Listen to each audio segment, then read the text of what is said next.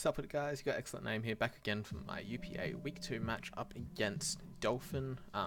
He has a team of Katana, Komao, Darmanitan, Venusaur, Seismitoad, Sneasel, Megazam, Togekiss, Thunderous T, Smeargle, and Volbeat. A lot of threats here, for sure, that I need to be aware of. So I felt like Spidef Jirachi is going to be really solid bring here to deal with the Megazam. This amount of defense is also going to be really helpful in taking on a Katana or a Komao as well.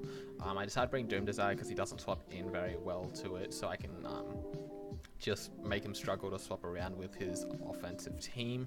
And Psychic usually hits the things that Doom Desire isn't hitting too hard, so it just makes it really difficult to swap into this.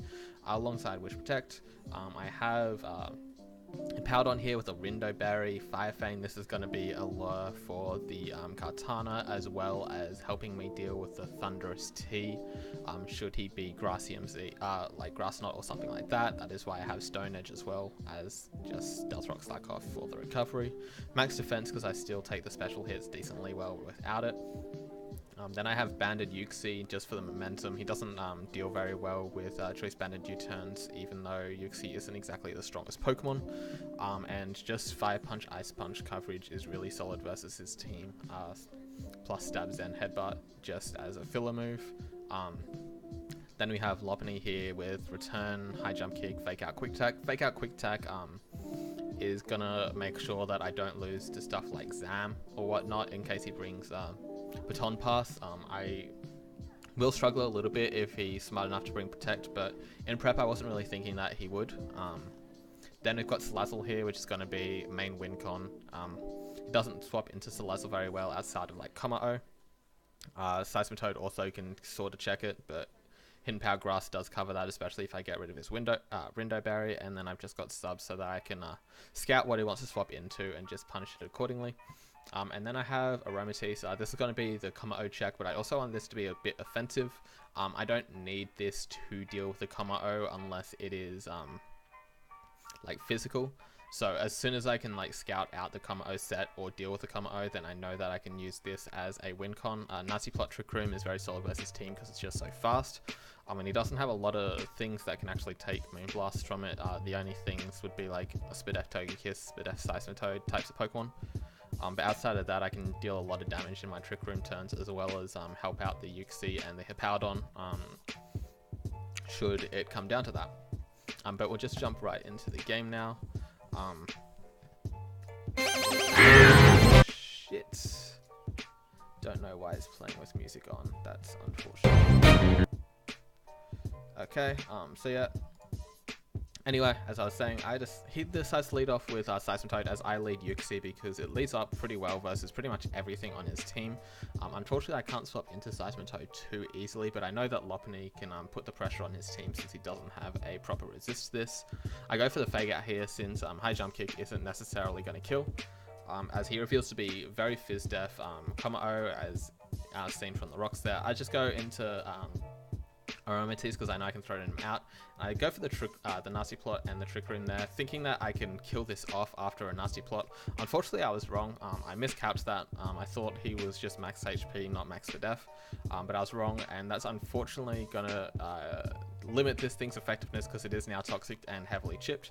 But I am able to live an Ice Shard from Sneasel, so I'm able to get 2 kills. Getting rid of Sneasel is pretty nice as well for the Uxie and Jirachi.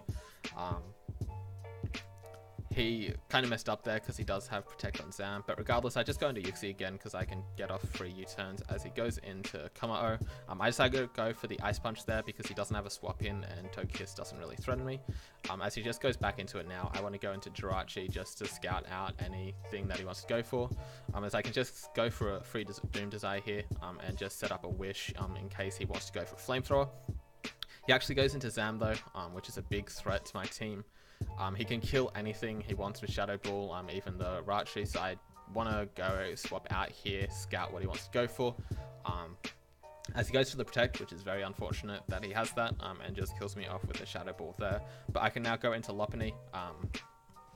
This was the biggest mistake of the game that I made, at least early on. Aside from obviously setting up Aromatisse and miscalcing, I really fucked up there. In my calcs, it showed that Adamant quick attack always killed, but I was really fucking stupid and didn't calc the obvious amount of health investment he would have if he was speed creeping Lopunny. So yeah, he actually survives that at 2% because I get a low roll as well. It would have killed most of the time as well, even with that HP investment, but it wasn't guaranteed, so I should have gone into Hippowdon first. It just meant that I had to scrap Lopunny as well as this, which is obviously quite unfortunate because Lopunny is very solid versus team. He now goes Salazzle, as I get the 50-50 wrong there. It was between Salazzle or Kartana. But I can go into Rachi here pretty safely still, as he goes for the CC. I just want to set up a Wish here because CC can 2-hit KO me, hypothetically, as he goes for it. And then, because I do live thanks to leftovers, I can actually set up a Doom Desire here, knowing that he'll probably want to swap to predict the Protect, try to get some momentum on me. As he clicks Knockoff there, but I can go for a Psychic, which does 46%, and because of the Doom Desire being so strong, I'm actually able to knock him out with the Protect here. That kills him off, which is very nice. And then I can click Psychic on this, get another Spadef drop, but once again, that doesn't really matter as he goes to the close combat. And now, you know, Salazzle should be able to come in, clean up the game, but unfortunately, I decide to have a Brain Aneurysm here.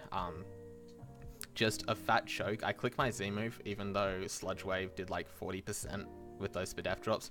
No clue why I did that shit. Then I click Sludge Wave and it doesn't kill, and Air Slash is strong enough to knock me out, and I just choke the game away. Unfortunately, really fucking stupid from me, making mistakes that I really shouldn't make, which is, you know, disappointing.